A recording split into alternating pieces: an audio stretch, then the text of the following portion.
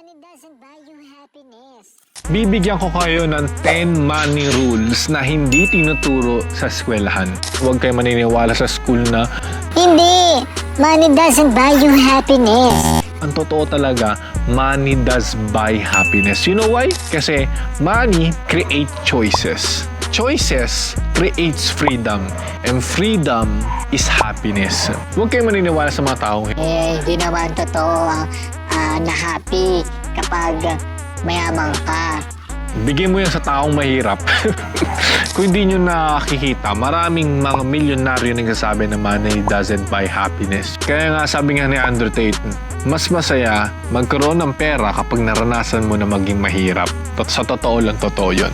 Kasi kapag pinanganak kang mayaman, simula bata ka, mayaman ka na, hindi mo naranasan yung mga struggle. Pag may pera ka, parang wala na lang sa'yo eh. Pero kapag